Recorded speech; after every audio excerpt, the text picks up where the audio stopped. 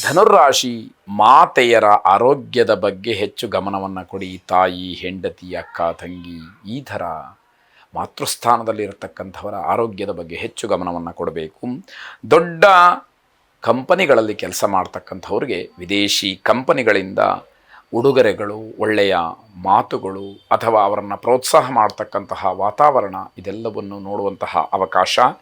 ಅರ್ಧಕ್ಕೆ ನಿಂತೋದಂತಹ ಕೆಲಸಗಳು ಪುನರಾರಂಭವಾಗ್ತಕ್ಕಂತಹ ಯೋಗ, ಆ ಒಂದು ಸಮಯ ಈಗ ಬಂದಿದೆ ಅನ್ನುವಂಥದ್ದನ್ನು ನೀವು ಜ್ಞಾಪಿಸ್ಕೊಳ್ಬೇಕು, ಅದರಂತೆ ನಡ್ಕೊಳ್ಬೇಕಾಗತ್ತೆ.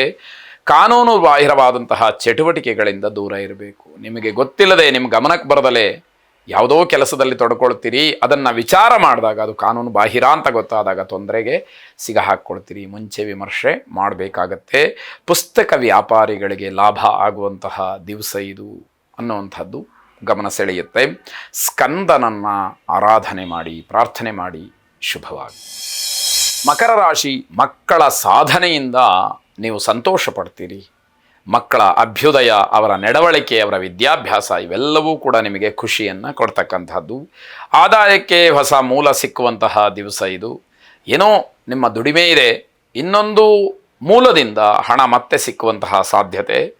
ಹೊಸ ಉದ್ಯೋಗವನ್ನು ನೀವು ಪ್ರಾರಂಭ ಮಾಡಬಹುದು.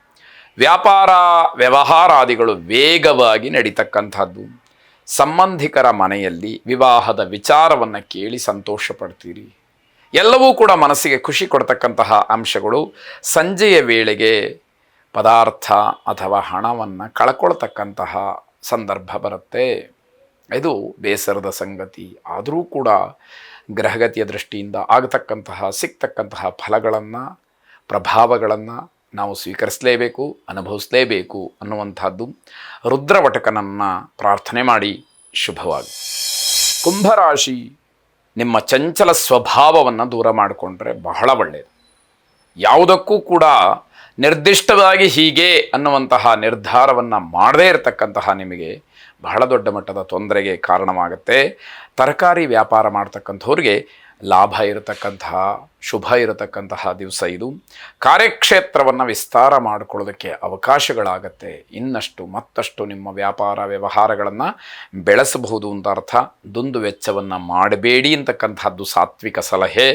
ಮಧ್ಯಾಹ್ನದ ನಂತರದಲ್ಲಿ ಹಣ ಹೂಡಿಕೆಯನ್ನು ಮಾಡುವುದಿದ್ದರೆ ನಿಮ್ಮ ವ್ಯಾಪಾರಕ್ಕೋ ವ್ಯವಹಾರಕ್ಕೋ ಅದಕ್ಕೆ ಅವಕಾಶಗಳಾಗತ್ತೆ. ವೀರಭದ್ರನನ್ನು ಪ್ರಾರ್ಥನೆ ಮಾಡಿ, ಶುಭವಾಗಿ. ಕೊನೆಯದಾಗಿ ಮೀನರಾಶಿ, ನಿಮ್ಮ ಕಾರ್ಯಕ್ಷೇತ್ರದಲ್ಲಿ ನಿಮ್ಮ ಖ್ಯಾತಿ, ಹೆಸರು ವಿಶೇಷವಾಗಿ ನಿಮಗೆ ಗೌರವವನ್ನು ತಂದುಕೊಡುತ್ತೆ. ಷೇರು ಮಾರುಕಟ್ಟೆಯಲ್ಲಿ ಹಣ ಹೂಡಿಕೆ ಮಾಡ್ತಕ್ಕಂಥದ್ದು ಒಳ್ಳೆಯದಲ್ಲ.